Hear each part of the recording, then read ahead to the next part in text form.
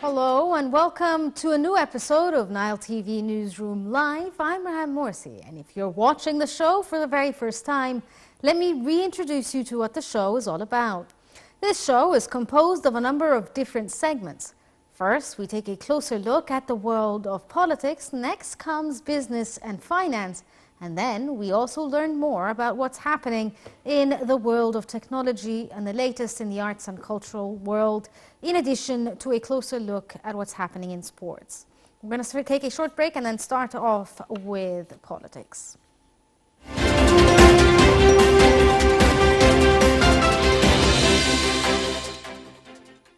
The Arab League Secretary General said the Russia-Ukraine war will inevitably obstruct international community efforts in pressing issues, including sustainable development. Abu Ghait was speaking at an inaugural session of the 2023 Sustainable Development Forum held in the Lebanese capital, Beirut. He said the redirection of big financial allocations to fund the war or alleviating its repercussions comes at the expense of international finance to sustainable projects and assistance allocated for poor regions badly in need of them. Abu Ghait renewed the commitment of the Arab League to exert effort to achieve the aspired sustainable development for all Arabs. Li Keqiang, one of Chinese President Xi Jinping's most trusted allies, was confirmed as the premier on Saturday as Xi cements his influence on the country's top leadership. Li Keqiang, the former Communist Party chief of Shanghai, took office on Saturday as China's premier, the country's #2 post, putting the close ally of President Xi Jinping in charge of reviving an economy battered by 3 years of COVID-19 curbs. Widely perceived to be pragmatic and business-friendly, the 63-year-old Li faces the daunting task of shoring up China's uneven recovery in the face of global headwinds and weak confidence among consumers in the private sector. Li takes office as tensions rise with the West over a host of issues, including the U.S. moves to block China's access to key technologies and as many global companies diversify supply chains to hedge their China exposure due to political risks and disruptions of the COVID era. Presidential spokesperson Councillor Ahmed Fahmy said in a statement on Saturday the Egyptian state appreciates the importance of the restoration of the Saudi-Iranian diplomatic relations. Fahmy said Egypt weighed the direction taken by the Kingdom of Saudi Arabia in this regard in order to remove points of tension in the relations at the regional level and to reaffirm its reliance on the principles and purposes of the United Nations Charter in terms of respecting the sovereignty of states and non-interference in their internal affairs and the enhancement of regional security and stability. The spokesperson added that Egypt looks forward to this step as having a positive impact on Iran's regional and international policies, which would boost the chances of cooperation and enhance the constructive communication between Iran and the region's states to draw a path for the relations in a way that fulfills the aspirations of the people of the region towards development and prosperity. Still on Saudi Arabia and Iran, the United Arab Emirates Foreign Minister Sheikh Abdullah bin Zayed welcomed on Saturday an agreement between the regional archfoes, Saudi Arabia and Iran, to restore diplomatic relations as an important step towards stability and prosperity in the region.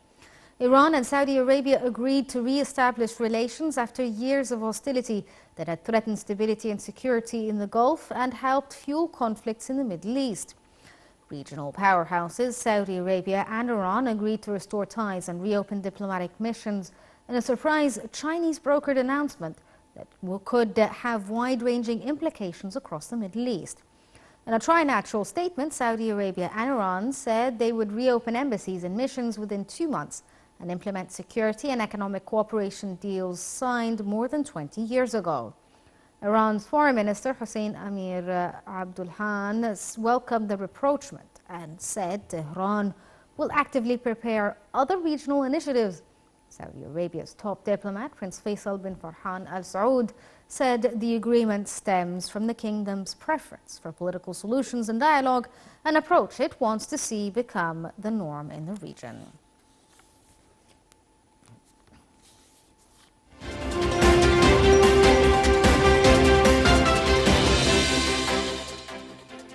And joining us over the phone to tell us more about this is Ambassador Gamel Bayoumi, the former assistant to the foreign minister.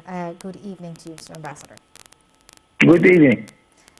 Could you explain to the audience how did this deal come about? And it seemed like a surprise for many nations within the region that this happened through the Chinese brokering.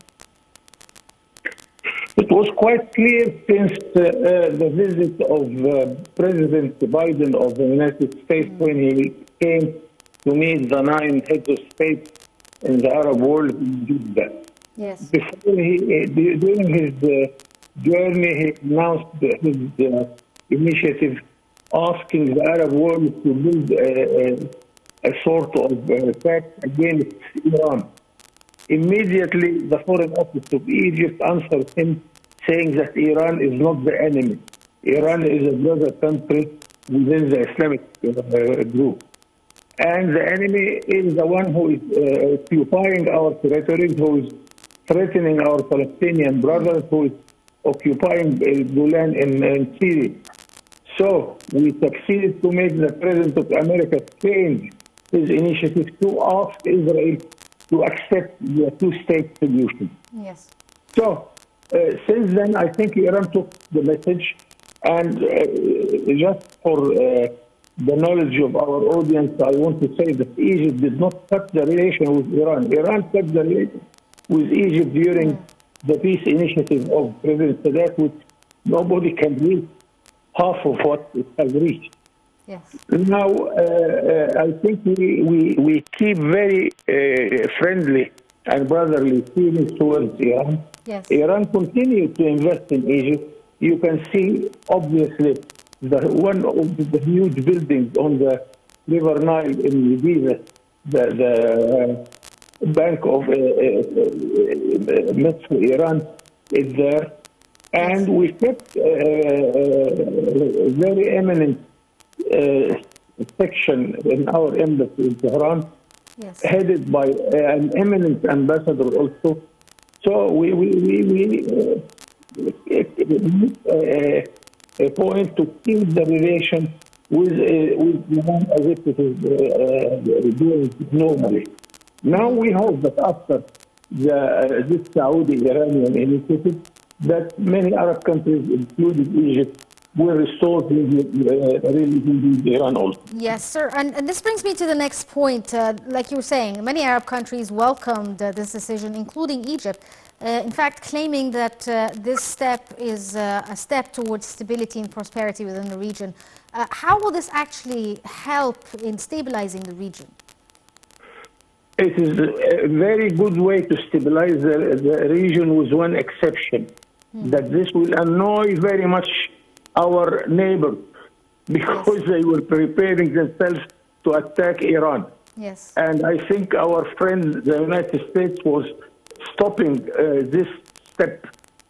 So now we have a member in the Middle East who was thinking that he has a role here to do by being the enemy of Iran. Now nobody in the region is enemy to Iran. Yes. And I hope also this will encourage Iran to behave, because we have some remarks about the Iranian role in many countries in the area, whether it is in Lebanon, in Syria, in Yemen especially. Yes. And I heard recently one eminent Iranian diplomat saying that I think this step with the relation with Saudi Arabia will get an end to what is happening in Yemen, inshallah, in the very near future. So, sir, you're saying that due to the resumption of relations, that we may see not just stability, but an end to conflict in certain countries within the region due to proxy means from Iran? I hope so. I hope so, Rex. This is, at least we shall start by Yemen. No reason to have this division of opinion in Yemen. They are all Yemenis. Yes. What is happening in Syria should stop immediately. And above all, of course, Lebanon and the division between tribes and faction and parties in Lebanon is not good health for Lebanon or any Arab country. Yes, sir. You spoke, sir, of the possible issues that could arise from resumption of diplomatic ties. Do you believe that the resumption of these ties, like you were saying, will affect the Israelis as well, since they've always regarded Iran or claimed to regard Iran as a security threat? How do you believe that the Israelis are going to perceive this move, and what actions do you expect from their side? No, I think that the Egyptian diplomacy is wise enough to adopt any new position and to face any new challenge. And I think we are in a very good context with Israel. Yes. We can advise them. They are good listeners to us. They know that we are really working for peace and for their own safety. I think they have to accept the two-state solution and stop being a sort of annoying to their neighbors. So, sir, do you believe that the Israelis may also sort of smooth the relations with Iran as well, or is this something that is impossible to happen? At least to keep silent. Yes. At least we are not asking them to fall in love with Iran, but at least to keep silent. And on the other side also we shall advise Iran not to be that aggressive in their attitude towards Israel. Israel is a fact in the region, and the whole Arab world accepted the presence of Israel under the condition of land for peace. If they give us the land, we shall give them peace and recognition and all of this. So Iran must accept what the Arabs accepted, because Iran is not a direct neighbor to Israel. Yes. Okay, Ambassador Gamal Bayoumi, the former assistant to the foreign minister, thank you so much for shedding light on the diplomatic relations between Saudi Arabia and Iran. And we're going to take a short break and move on with the rest of the episode.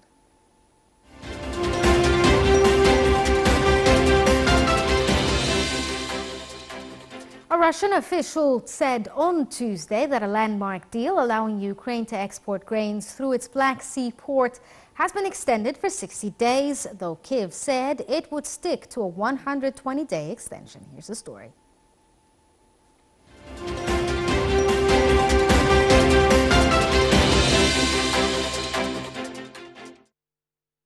A Russian official said a landmark deal allowing Ukraine to export grain through its Black Sea ports has been extended for 60 days, though Kyiv said it would stick to a 120-day extension, and Turkey said talks were ongoing. Since Russia and Ukraine signed the UN-backed Black Sea Grain Initiative in Turkey on July 22nd, millions of tons of grain and other food products have been exported from Ukrainian ports. Russia on Monday suggested allowing the deal to be renewed, but for half of the term of the previous renewal, while the United Nations pledged to do everything possible to ensure the agreement's integrity remained intact. The TASS news agency cited Russia's deputy foreign minister as saying on Tuesday said that indeed the deal has been extended. It has been agreed that it has been extended for 60 days. RIA news agency also quoted as saying the deal has been extended. According to RIA, that cited another deputy foreign minister that saying confirming the extension. United Nations officials gave no immediate comment on the extension. It was not immediately clear how the deal could be extended for half of the previous renewal. Turkey said talks continued, while Ukraine said it will stick to the terms of the previously agreed deal. It was not immediately clear how the deal could be extended for half of the previous renewal. Turkey said talks continued, while Ukraine said it will stick to the terms of the previously agreed deal. A senior Ukrainian government said they will follow the agreement strictly. In a statement that said talks were ongoing, the Turkish Defense Ministry cited Russia as agreeing to back a 60-day extension to the deal brokered between Moscow and Kiev in July by Turkey and the United Nations.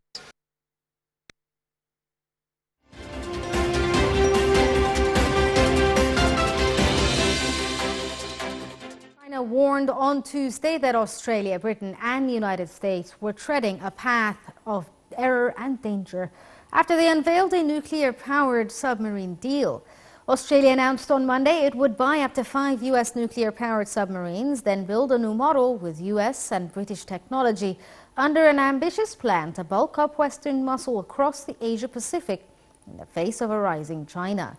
U.S. President Joe Biden has stressed that Australia, which joined the alliance with Washington and London, known as AUKUS 18 months ago, will not be getting nuclear weapons. However, acquiring submarines powered by nuclear reactors puts Australia in an elite club and at the forefront of the U.S.-led efforts to push back against Chinese military expansion. Wang Wenbin, China's foreign ministry spokesman, said the latest joint statement from the US, UK and Australia demonstrates the three countries, for the sake of their own geopolitical interests, completely disregard the concerns of the international communities and are walking further and further down the path of error and danger. Wang accused the three Western allies of inciting an arms race, saying the security deal was a typical case of Cold War mentality. At a regular news conference in Beijing, Wang said the sale of submarines constitutes a severe nuclear proliferation risk and violates the aims and objectives of the Non-Proliferation Treaty. The UN nuclear watchdog said it had to ensure there were no proliferation risks from the deal. Monday's announcement came at an event at the naval base in San Diego, California, where Biden hosted Australian Prime Minister Anthony Albanese and British Prime Minister Rishi Sunak. With a U.S. Virginia-class nuclear submarine moored behind the trio's podium, Biden said the United States had safeguarded stability in the Indo-Pacific for decades and that the submarine alliance would bolster the prospect of peace for decades to come. Albanese said the deal represents the biggest single investment in Australian defence capabilities in all of their history. South Korean President Yoon Suk-yeol will travel to Japan for talks on Thursday with Prime Minister Fumio Kishida, according to South Korean officials, days after South Korea announced a plan to end a row between the U.S. allies over wartime forced labor. Yoon's two-day visit to Japan from Thursday will be the first such trip by a South Korean leader in 12 years. Yoon's national security advisor, Kim Sung-han, told a briefing on Tuesday that this visit will be an important milestone in the improvement of relations between South Korea and Japan, which has been promoted by the Yoon administration since inauguration. South Korea announced last week that its companies would compensate victims of forced labor under Japan's colonial rule from 1910 to 1945, seeking to end the dispute that has undermined U.S.-led efforts to present a unified front against China and North Korea. Armenian Prime Minister Nikol Pashinyan said Tuesday he had complained to President Vladimir Putin about problems with Russian peacekeepers in Nagorno-Karabakh, warning of an escalation in the Rostov Caucasus region.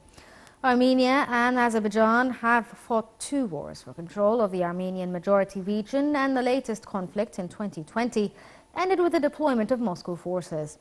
Pashinyan's comments are the latest sign that Armenia, which relies on Russia as a security guarantor, is growing frustrated with the Kremlin, whose attention is focused on Ukraine and confrontation with the West.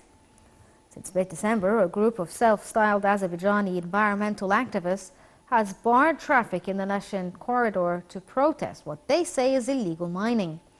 Pashinyan on Tuesday described the disruptions along the route as preparations for ethnic cleansing of Armenians.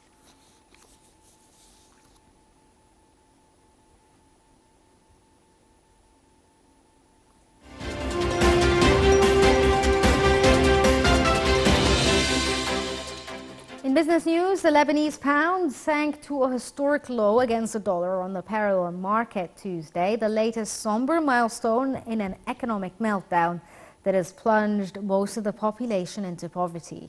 Officials officially pegged at 15,000 to the dollar. The pound was trading at 100,000 against the greenback, dealers said. A dizzying plunge from the 1,507 before the economic crisis hit in 2019. The currency's market value was at around 60,000 to the dollar in late January. The currency plunge has triggered price hikes, including on fuel, food and other basic goods, with supermarkets this month starting to price items in dollars. Lebanese banks which have imposed draconian withdrawal restrictions were closed on Tuesday as they resumed an open-ended strike. The strike began early last month to protest what the Association of Banks in Lebanon described as arbitrary judicial measures against lenders after depositors filed lawsuits to retrieve their savings. Some judges sought to seize the funds of bank directors or board members or to force lenders to pay out customers dollars deposits in pounds at the old 1,507 exchange rate. European stock markets mostly fell at the open on Tuesday as investors fretted over contagion fears from the collapse of the two U.S. lenders. In initial deals, London's benchmark FTSE 100 fell 0.6% compared with Monday's close. In the Eurozone, the Paris CAC 40 retreated 0.2%, with Crédit Agricole dipping 1.4% in value. Frankfurt DAX, however, rose nearly 0.1%, Commerzbank dipped 0.8%, and in Asia, shares slid on Tuesday, with financial stocks in Tokyo leading losses as a fear of a U.S. banking crisis had investors fleeing the sector and slashing the interest rate outlook even ahead of the U.S. inflation data due later in the day. Japan's Nikkei dropped 2.2%. The Tokyo Stock Exchange banks fell more than 7%, setting it on course for its steepest drop in nearly 6 months. And in money markets, the dollar rose in somewhat calmer trading on Tuesday after tumbling on Monday following the collapse of the Silicon Valley Bank as investors waited for the release of U.S. consumer inflation data later in the day. The euro was last at 0.36% lower at $1.069 as the greenback bounced. It hit a one-month high of $1.075 on Monday and rose 0.85% across the session. The dollar was up 0.79% at 134.25 yen, reversing some of Monday's 1.4% slide. On Monday, as investors stampeded into safe assets and rapidly reconsidered the path of interest rates, pricing in derivative markets on Tuesday showed traders see a 35% chance the Fed leave rates on hold on March and a 65% chance of a 25 basis point hike. Just a week ago, a 50 basis point increase was seen as most likely. Yet, the dollar index, which measures the currency against 6 peers, rose 0.3% to 104 on Tuesday, partially reversing Monday's 0.94% fall. Britain's pound was down 0.28% to $1.215 after jumping 1.22% on Monday. UK pay growth slowed in 3 months to January.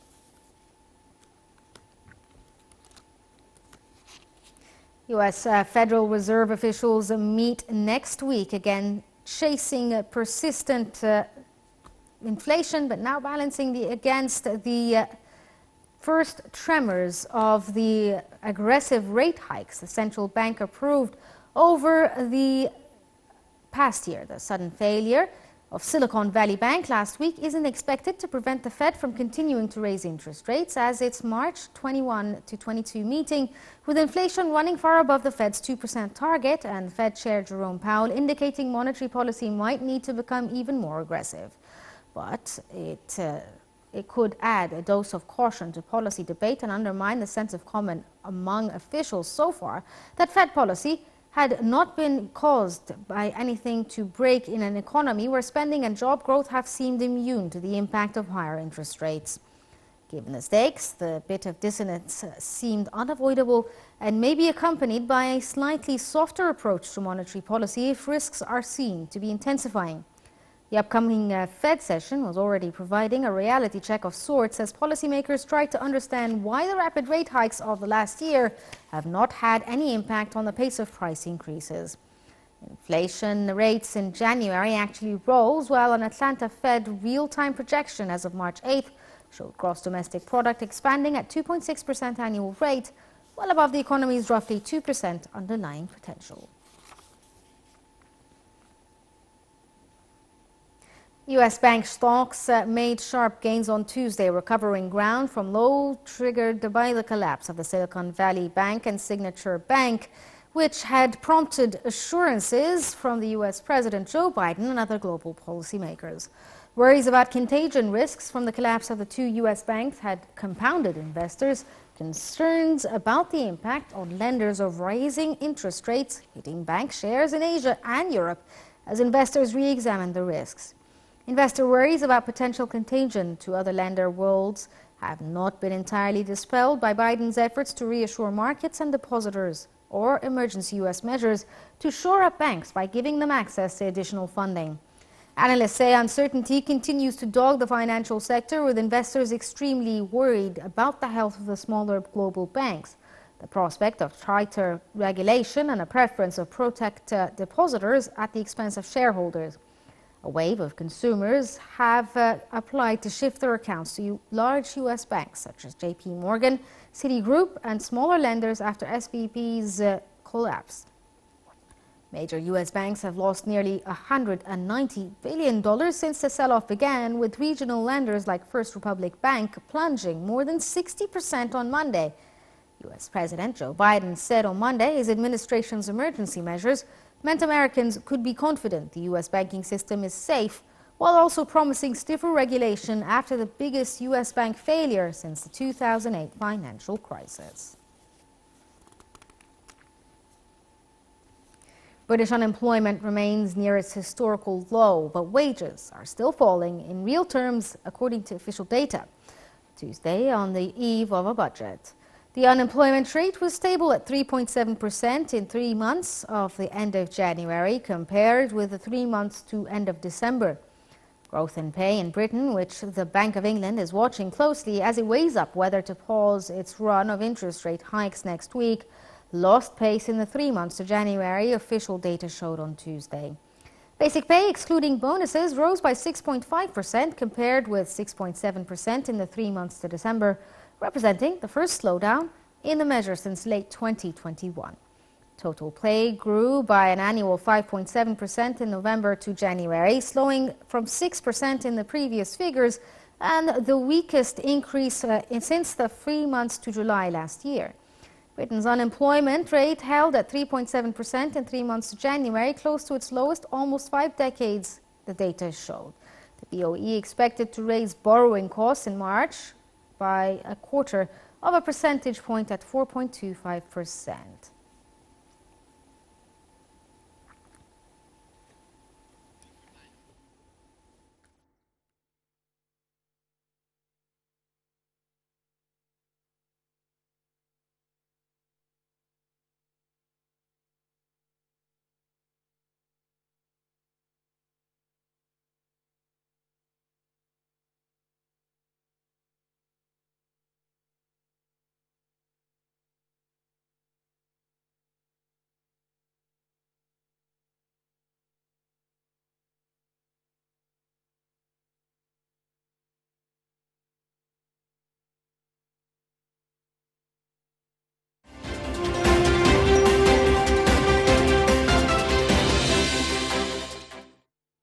And joining us over the phone is Dr. Mohammed Rushdi, an economic and banking expert and a lecturer at Cairo University, to tell us more about the financial situation of the world. Good evening to you, sir.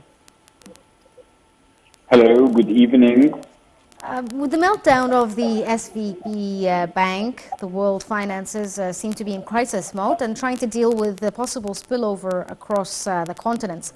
How do you read the situation, and what do you think the effects of the banking crisis will have on the world economy? Excuse me?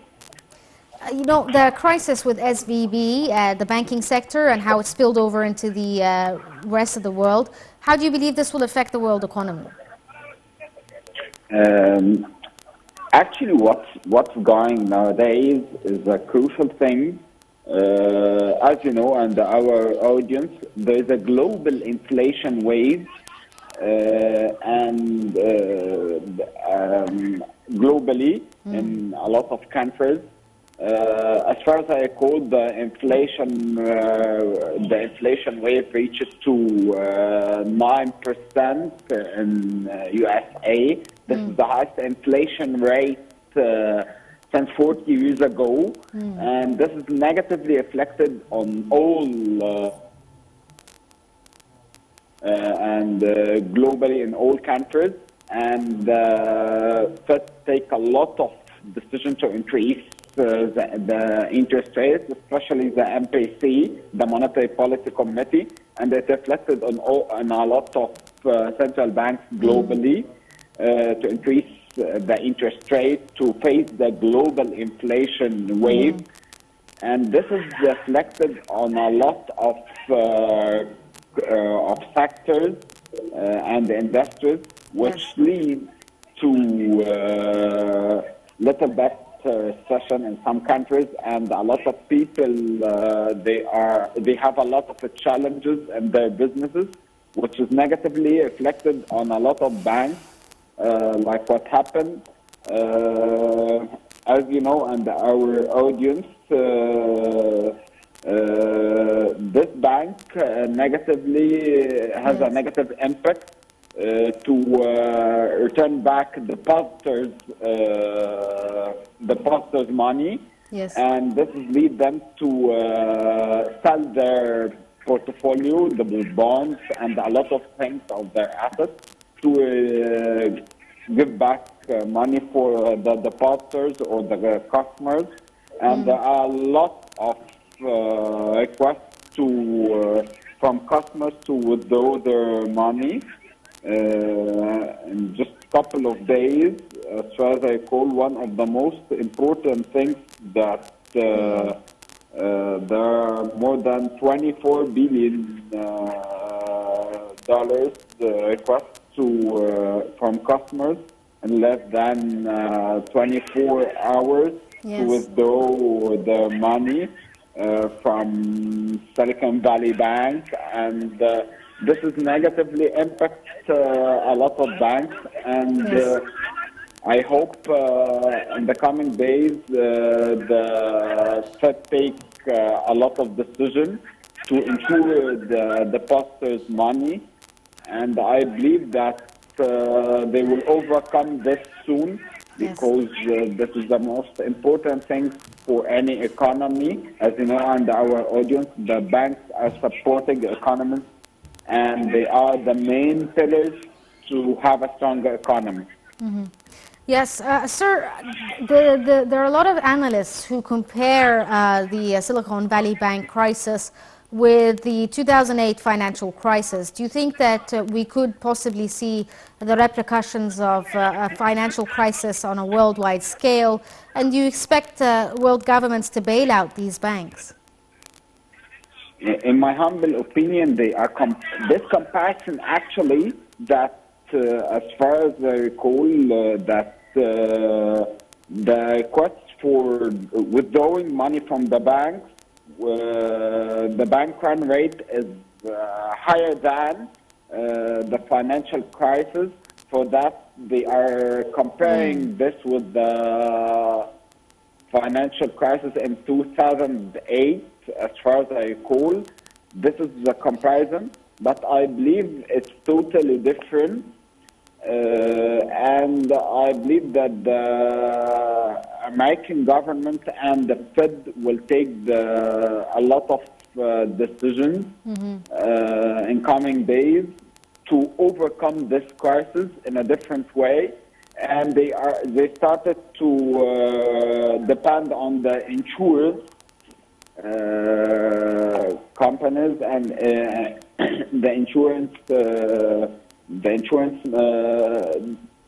insurance companies to refund the money for depositors in case of delinquency or the bank defaulted or something like that.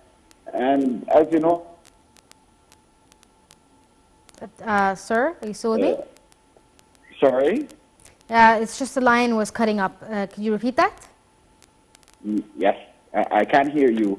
You know that banks are the main pillars for any economy, and I believe that the Fed will take a lot of decisions in the coming days to support the economy in a different way, to have a positive signal that we can count on the American banks and to give positive signals for the depositors that we are keeping your money in the safest place, which is the American bank.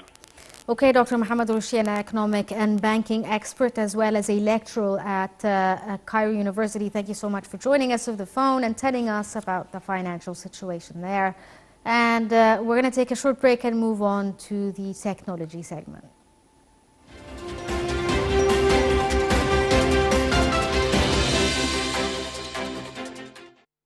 In technology, European Commission President Ursula von der Leyen denied Monday that the EU's response to huge US green subsidies was protectionist as Brussels prepares to unveil measures to boost clean tech. The EU's executive arm, headed by von der Leyen, is set to lay out its Net Zero Industry Act on Thursday in a bid to help Europe challenge the financial might of the United States and China in this field. Brussels was pushed into unveiling its own plan after EU nations slammed US President Joe Biden's Buy American subsidy program as discriminatory against its industries. But critics now warn that leaked drafts of the Commission's proposal show the EU could follow suit and look to deter clean tech imports in a bid to help its own firms. But von der Leyen rejected the allegations. The EU chief insisted the Commission had taken a very conscious decision to have an open attitude to work together with like-minded partners. Von der Leyen held talks with Biden on a visit to Washington last week in a bid to avoid competition in the race to transition away from fossil fuels. Ahead of that meeting, the EU said it was relaxing state aid rules as it pushes to bolster renewable energy industry and counter the threat of the European industry from US and Chinese subsidies. Von der Leyen and Biden also announced after their Oval Office talks that negotiations will begin on giving EU producers of critical minerals access to the US market under the Inflation Reduction Act. The EU's new Net Zero Industry Act will go hand in hand with a text on critical raw materials also set to be presented Thursday that aims to secure EU supplies of rare earths critical for green tech. The bloc is looking to reduce its dependence on China after learning the mistakes of being overly reliant on Russia for fossil fuels after Moscow's invasion of Ukraine.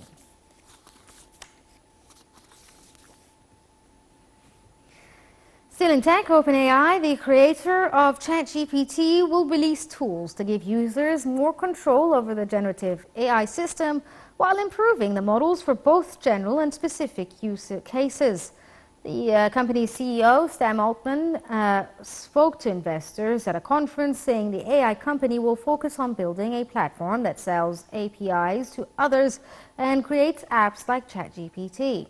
Since its launch in November, ChatGPT's popularity has surged as traffic to the site hit more than 1 billion visits, up from 616 million in January. OpenAI has launched a subscription tier of ChatGPT where users can pay monthly for a more reliable service.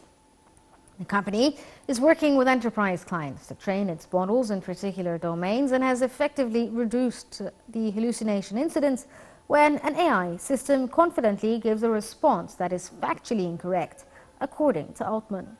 Individual users should also have more control over how AI works. The company said last month it is developing an upgrade to its chatbot that users can customize to address concerns about bias in artificial intelligence. Although Altman acknowledges that the AI system cannot achieve 100% accuracy, he said he expects applications, including AI doctors and AI lawyers, to emerge on people's phones very soon.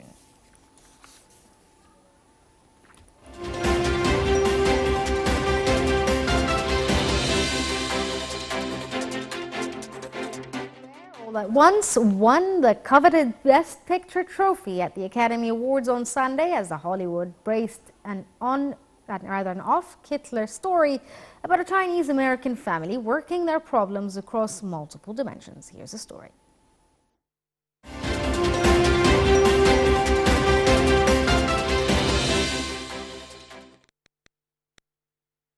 The movie Everything Everywhere claimed 7 awards overall, including 3 of the 4 acting Oscars for stars Michelle Yeoh, Tae Hyun Kwan, and Jamie Lee Curtis. Yeoh played the lead role of a stressed-out laundromat owner who finds she has superpowers in alternative universes. The 60-year-old Malaysian actress said as she received her Oscar that Everything the award was a beacon of hope and possibilities for all boys and girls who look like her and are watching the awards. Everything Everywhere was an improbable winner as a film that strayed far from traditional storytelling to spin a tale about a family at odds. Kwan, a one-time child star who gave up acting for 2 decades, won Best Supporting Actor for his portrayal of her disgruntled husband in a family grappling with a tax audit that threatens their business. Jamie Lee Curtis, who built a career in horror films such as Halloween, won Best Supporting Actress for playing a frumpy tax agent. Other movies were also recognized for their work, where The Whale star Brendan Fraser, known for the 90s roles such as The Mummy, won Best Actor for playing a severely obese man trying to reconnect with his daughter. A German remake of the World War I epic All Quiet on the Western Front was named Best International Feature.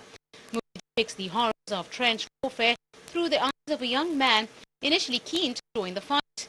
It won 4 Oscars, second highest after Everything Everywhere. Navalny, about the poisoning that nearly killed Alexei Navalny, Russia's most prominent opposition leader, and his detention since 2021, returned to Moscow, won the Oscar for Best Documentary. At the start of the show, 2 U.S. military aircrafts flew over the Oscars theater, and host Jimmy Kimmel landed on the stage by parachute in a tribute to Best Picture nominee Top Gun Maverick. Winners were voted on by roughly 10,000 actors, producers, directors, and film craftspeople who make up the Film Academy.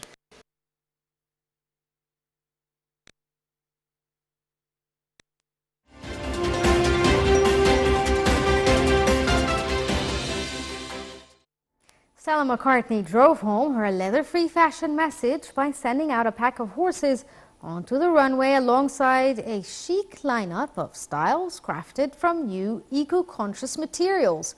The designer said she sought to explore the relationship between humans and nature. 7 horses, an Andalusian and Camargue shuttle breed, opened the show, trotting out of one side of the venue, an arena in the École Militaire horse stables in Paris, while models strutted down the other side of the grounds. Guided by their trainer Jean-François Pignon, the white horses moved around the space, performing both individually and in formation. Posing quietly after rolling in the dirt, their heels sinking into the soft soil, models along in long tailored jackets gently cinched at the waist, furry overcoats and silky asymmetric dresses lined with lace. Nodding to their fellow performers, some models were dressed in horse patterns, while others carried images of horse photos taken by McCartney's sister Mary and her mother Linda McCartney. Actress Jessica Alba, singer Avril Lavigne and model Camilla McConaughey sat in the front row near the Vogue editor Anna Wintour and Antoine Arnaud. And the stakes in the label. McCartney serves as an environmental advisor to the group.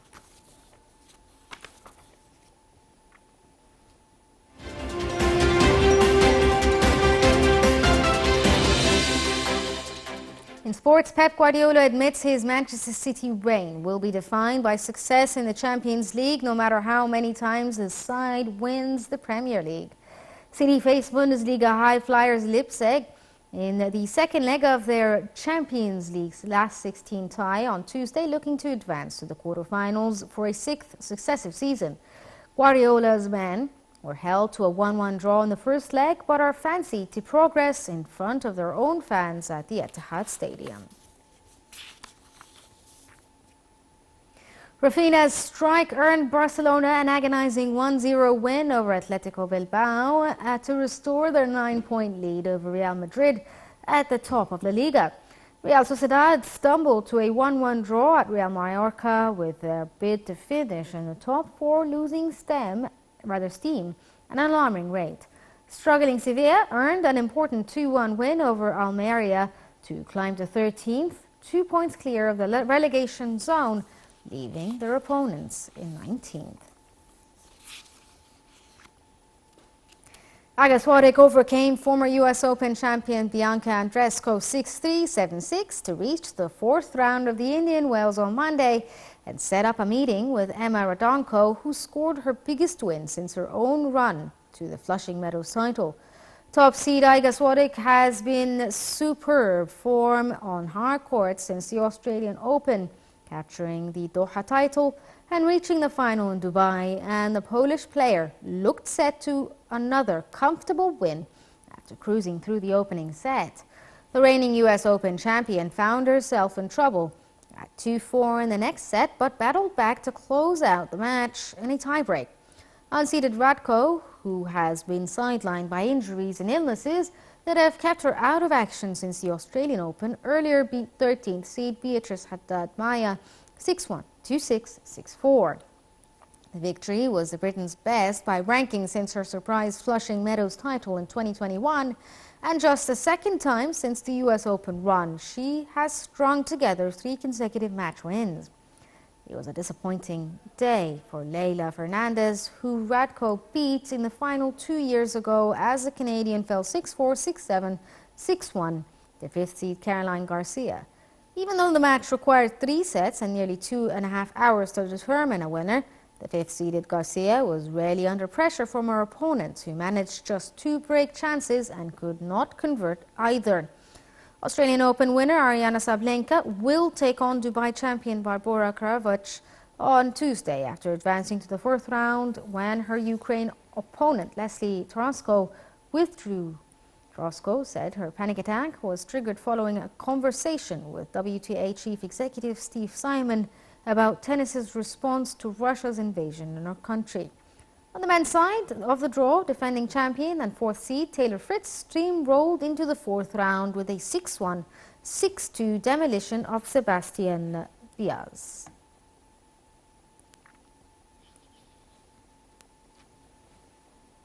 Well, this brings us to the end of this episode of Newsroom Live. Thank you for watching and stay tuned for more.